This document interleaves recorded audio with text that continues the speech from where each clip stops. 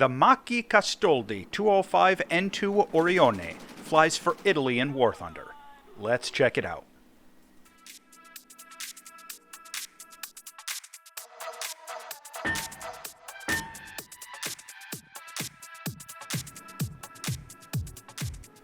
During World War II, Italian aviation produced a number of different fighter designs, and the C.205 Veltro was one of the highest performance examples.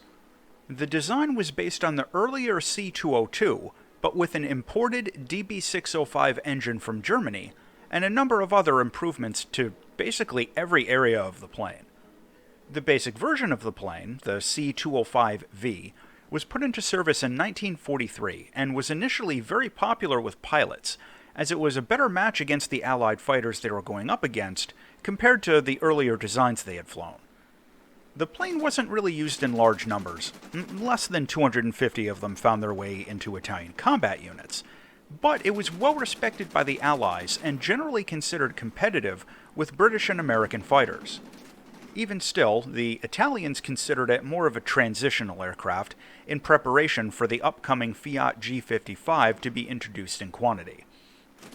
The original V model from the first production run was intended to be improved upon by an upgraded version, the C.205N, which would be competitive with the G55 and offer improvements over the basic design. Two versions of the new C.205N, now named the Orione, were built, the N1 and the N2. Both of these prototype versions had heavier cannon armament, a slightly redesigned forward fuselage, and some structural hardening. Now, the flight performance of the N model prototypes was slightly inferior to the earlier production V model, mostly due to its heavier armaments and increased supply of larger caliber ammunition, which increased the weight a little bit in exchange for a dramatic boost in firepower. The upgraded N model was ordered into production, but the orders were cancelled almost immediately as a result of the Italian armistice. The original production run C.205V continued to fly for the remainder of World War II and for a while afterwards, serving with Egypt until 1955. The upgraded N model never saw regular production. What we're looking at in War Thunder is the C.205N2, the second of the upgraded prototype models. It sits in rank 4 of the Italian air tree at battle rating 4.7. This is a dedicated fighter with no external weapons, and it carries an armament package of 3 20mm cannons and 2 12.7mm machine guns. This ends up being a bit heavier firepower than most of the previous Italian aircraft, and it can catch people off guard if they haven't gone up against it before. Both guns get some good ammo belts, but your primary choice is usually going to be the anti-air belt for both. The 12.7mm gets a mixture of armor-piercing incendiary rounds and explosive rounds, while the 20mm cannons get an anti-air belt primarily using the outstanding Minengeschoss German ammo, which is incredibly effective at taking down fighter-sized targets. You get a generous supply of ammunition, with 750 rounds for the cannons and 800 for the machine guns, so you can sometimes afford to be a little sloppy with your shooting. It's worth mentioning that the guns have different ballistics, so it can make your aiming a little tricky sometimes. Depending on your playstyle, it might be worth considering using the vertical targeting setting. The good news is that all of the guns are very close to the plane's center line, so even if you don't use vertical targeting or convergence angles, your shooting can still be pretty accurate after you get a feel for the different guns' ballistic drops. The flight performance of the C.205N2 is generally pretty good, with a couple of details to consider. First, the rate of climb is okay, but in practice it's slightly lower than some of the other aircraft at its rank, so you won't always be able to achieve an altitude advantage early in a match, unless you, spend half the mission out doing an initial side climb. Like a lot of comparable prop fighters, much of its maneuverability is dependent on its current airspeed. At higher speeds, the controls compress pretty badly, which can make it difficult to pull out of a dive if you're not careful with the throttle. And at lower speeds, notably on landing approaches or in a slow crawl rate fight, the turn performance suffers pretty badly. The sweet spot seems to be in between about 350 and 550 kilometers an hour.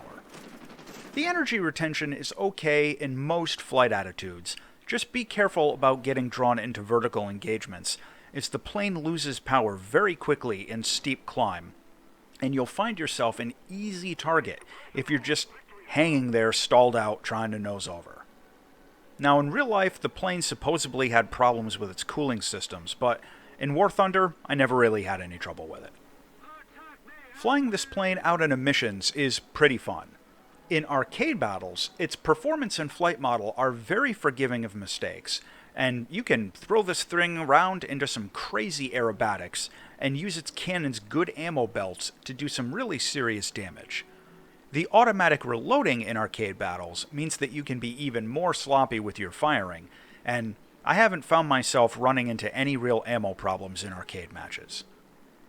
In realistic battles, as with a lot of other mid-tier props, the name of the game is usually climb to win. The good news is that the plane does okay with maneuverability at medium altitudes. The bad news is that some of the stuff you'll be fighting can outclimb you, so it might not be a bad idea to do a side climb out at the start of the match instead of climbing ahead with the rest of your team. Now, the plane has good acceleration and level flight, so if you're going up for bomber interceptions, this one ends up being pretty good at it, using its reasonable maximum speed, acceleration, and firepower to catch bombers without a whole lot of trouble, once you get up to altitude, that is. Now in dogfights, you'll still have to watch out for Spitfires, but the C.205N2 can be pretty competitive with most other prop fighters it faces, if you practice with managing its energy, and if you can get a feel for aiming the guns. Personally, I had pretty mixed results. I wasn't going out getting 8 kills with it in RB, but I still had a lot of fun, and I rarely felt like it was the plane holding me back from anything. The last thing to mention, without any external ordnance, any ground attack potential is limited to using its guns on soft targets. I only flew this out as close air support a couple of times, and honestly, I just didn't have any luck busting player tanks with it. Probably stick to air battles. Visually, the Orione is very similar looking to a few of the other Italian prop fighters. I kinda like the look of it. The twin oil coolers mounted up under the front of the nose, the slightly far back cockpit, and that drooped looking front fuselage always appealed to me, but I realize some of the folks out there think that these planes are pretty ugly. You don't get any custom paint jobs or anything for it though, but there are a few fun community-made skins available. Landing this plane really isn't too difficult, and it's actually a bit easier than a lot of other prop fighters out there. It doesn't tend to nose over on landing as easily as you might think, even though you're still going to want to rely on brake taps to slow down instead of just locking up the wheels.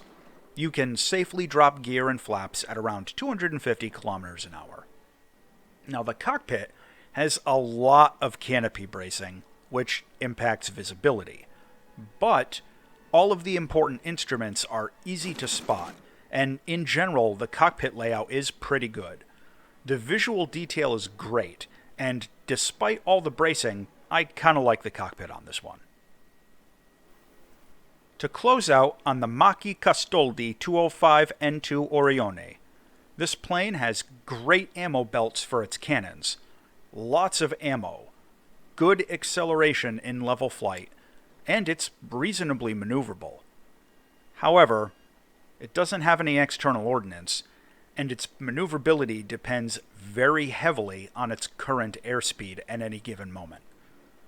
The final verdict on the C.205N2 is that this plane can be a workhorse fighter for Italian lineups, and given its location in the tech tree, this may end up being an effective grinder for a lot of players. It's fun to fly and reasonably powerful, just without any real potential for ground attack. As always, thanks for watching.